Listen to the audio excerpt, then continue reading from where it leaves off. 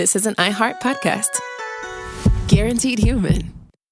Work can be a little weird. Cringy training seminars, coworkers who won't stop talking about their plant, forgetting the mute button at an inopportune moment. We have to deal with a lot on any given workday. Sometimes it can feel hard to thrive and move forward in your career. Well, that's where LinkedIn comes in. LinkedIn helps you get ideas and insights from experts in your field, connect with people professionally, grow your network, and access tools designed to help you find the right fit for your next role. Whether you're just getting started, figuring out your next move, or looking to accelerate your career, LinkedIn is built to support you at every stage because LinkedIn is the network that works for you. Visit linkedin.com/knowstuff to learn more. Hey, and welcome to the Short Stuff. I'm Josh. There's Chuck. Hail Satan. This is Short Stuff. You're Josh. I'm Chuck. And that's Bruce Dickinson standing right over there for some reason. Yeah, there was a 0% chance of Iron Maiden not making an appearance in this. You got to. Yeah, I mean, I don't know if it's their best album. Power Slave is probably their best album, but that's pretty far up there. Although, simmer down, everybody. There's really no such thing as a bad Iron Maiden album. I wasn't that into them. I need to give them a shot. Yeah, they aged really, really well. It's just really well done music. They're almost the prog band of metal. Of metal? Interesting. They're just so ridiculously talented, every single one of them. So, yeah, it's good stuff. I highly advise you to get back into it, okay? I will. And what we're talking about today is the number 666. And our old pal Dave Ruse put this together for HowStuffWorks.com. Mm-hmm. And one of the first things he says in his article is like, would you buy a car with a license plate ending in 666? And dude, my pickup truck has 666 on the license plate. No, it doesn't. Oh yeah, we talked about it a while ago when it came in. Well, I was delighted. I hit my head since then, so I've forgoven. That is It was a while ago. Wow, Oh, it's great. You need to get like some sort of graphics on the side or whatever, like Devil Mobile or something like that. Maybe I will. So the answer to that question from Dave then for you is yes. There's a lot of people who would not. It's mostly God-fearing people who believe that there is a book in the Bible.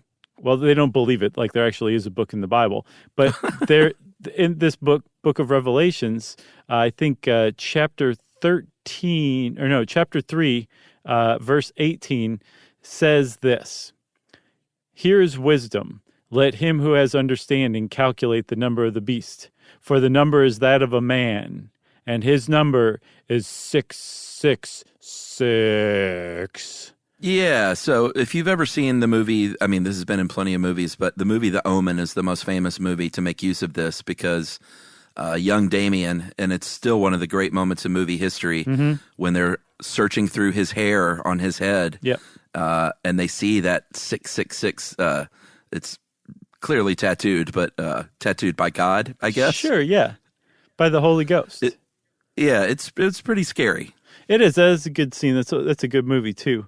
But yeah, the whole thing is this number. What this Bible verse is saying is there's basically Satan, the beast, has a number so that you can recognize him. When you see this number, you can recognize that this is Satan or an agent of Satan or somebody who is going to kill you if you don't worship him, who is the converse of God, who is in opposition to God, and is the opposite of everything right and good. And so here, me, the writer of Revelations, is going to make you wise to this and just look out for 666. And to those of us alive today, we have no idea what that means. Like, how are you going to say somebody has a number? But back in the 1st century CE, among Greek speakers, this is a very common form of wordplay that they would have immediately recognized. And they think that back in the day, anybody reading the book of Revelations around the 1st century of this the millennium before this one,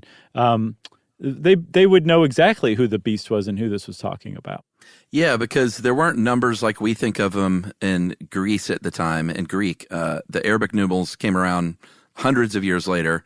So in Greece, each letter of the Greek alphabet, and in Hebrew actually, had a numeric value. So there was this thing that we're going to talk about after a message break here in a minute called Isupsesphi. Isopsephy. Yeah, and it's Isopsephy. keep I added an S in there. keep going. Aluminium. It's isopsephy.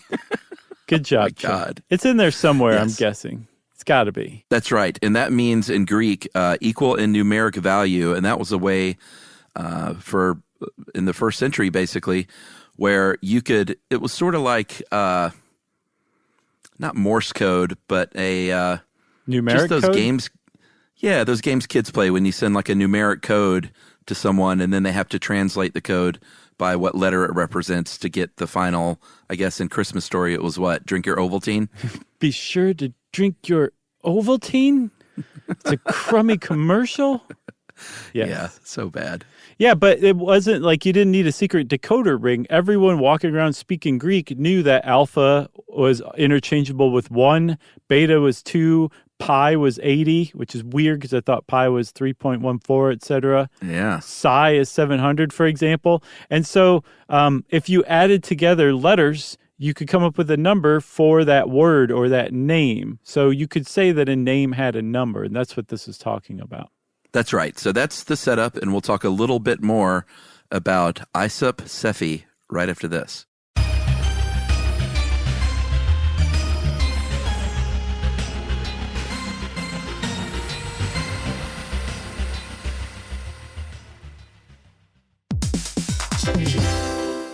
Hey everybody, I want to talk to you a little bit about Tide Evo because it represents over 10 years of innovation and product development. Tide Evo is a first-of-its-kind technology where tens of thousands of minuscule fibers are spun together to form a 6 times powerful layer packed with scrubbers, brighteners, pre-treaters, and fresheners. And that's going to deliver a breakthrough clean that's so powerful it feels like magic. Yeah, it is kind of like magic. Tide Evo is revolutionary. A 100% concentrated, waterless laundry tile that's made of compressed microfiber soap layers rather than liquid or powder. And it's not like pods or sheets because it uses 6 layers of detergent fibers to deliver superior cold water cleaning without plastic packaging of any kind. And it provides a mess-free, lightweight solution that dissolves lickety-split. So whenever you run into a laundry challenge, turn to Tide Evo. It's revolutionary. It's magic. Try new Tide Evo. Real laundry magic.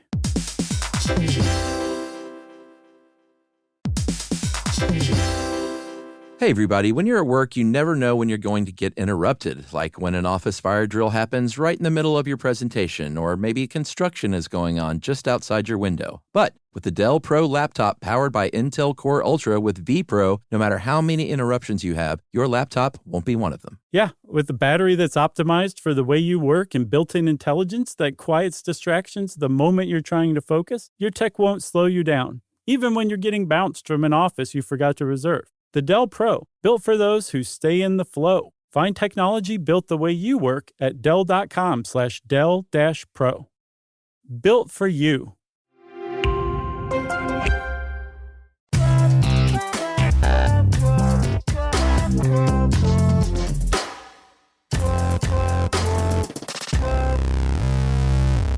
Okay, Chuck, so just exactly like, say, if your name was spelled alpha, beta, pi, psi, your number would be 783. You could also take 783 and figure out whose name that meant. It's way harder to do in transverse, but you if there's, say, some famous people that maybe you suspect that the author is talking about, you could say, oh, well, does that equal 783? Or in this case, 666. And there's one guy in particular who the writers of Revelations would have very much focused on as potentially the beast and agent of Satan, who wanted to mark you with his number so that you couldn't buy or sell anything without that mark, or again, who would kill you if you didn't worship him. And that particular guy was named Nero. Yeah, so there was a pretty famous isopsephy. God, I keep adding an S in there. Isopsephy. You got to put your word butcher apron on. Well, it is a weird word. Isopsephy. But there was a very famous one early on that it goes a little something like this. A calculation knew, Nero his mother slew. So in this case, Nero equals 1005, which has the same value of the phrase his mother slew. Right. So basically that's like, oh my God, Nero killed his mom.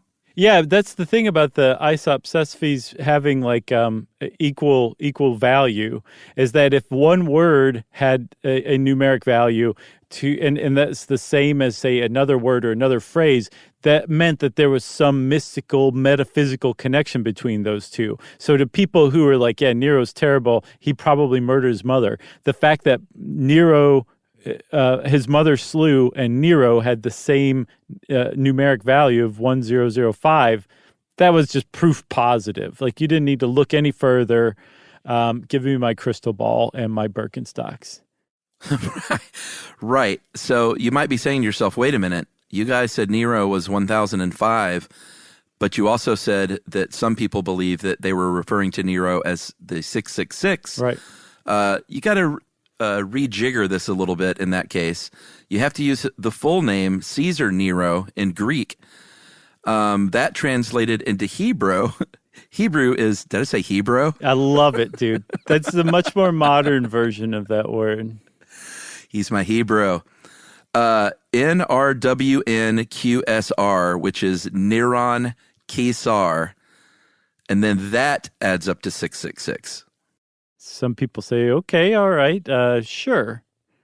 Why not? The thing is, there's a big objection to that one that I ran across, and that is that Revelations was written in Greek for Greek speakers who may not have actually known that that you were supposed to transliterate this into Hebrew and may not have been familiar with Hebrew and not known how to do it.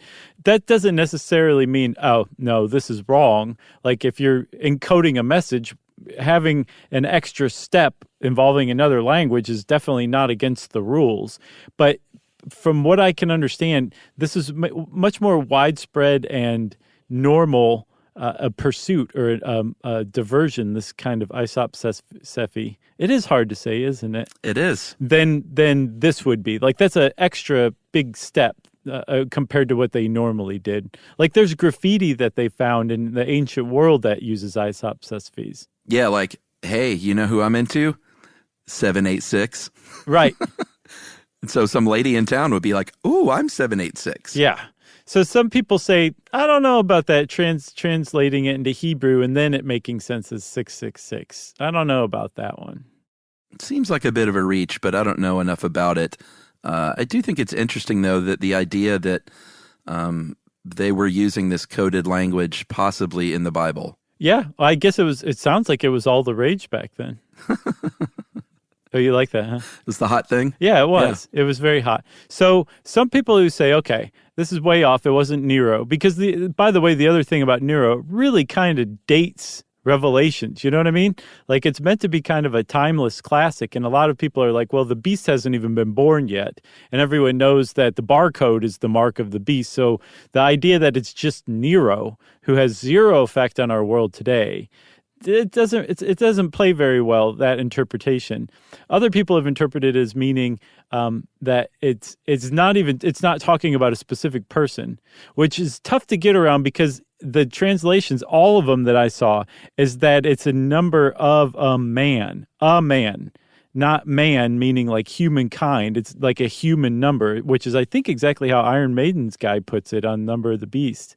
But it's the number of a man, like a specific man. But if you throw that A out and you just take it like it's a human number is what it means, then this interpretation is saying that it's actually pointing out that Satan is a cheap imitation, a cheap parody of God and the grace of God. And so this is what you're looking out for. This is the different interpretation. Well, one thing I know, if man is 5 and the devil is 6 and God is 7, then this monkey has gone to heaven. That's right. Man, wiser words have never been spoken. Agreed. Love that song. So yeah, that's the point, is that the symbolic number of God is 7 and Satan's is 6. So it's like just kind of, Satan's a cheap imitation of God. So don't fall for his jam. That's right. So there you have it. 666. It's either Nero or it's just saying that Satan is a cheap imitation of God. However you slice it, it's a really good Iron Maiden album. Okay. Agreed. And that's it for Short Stuff, everybody. Go out and read about this on How Stuff Works if you want, and definitely go listen to some Iron Maiden. It'll do you good. Short Stuff is out. Stuff You Should Know is a production of iHeartRadio's How Stuff Works. For more podcasts from iHeartRadio, visit the iHeartRadio app, Apple Podcasts, or wherever you listen to your favorite shows.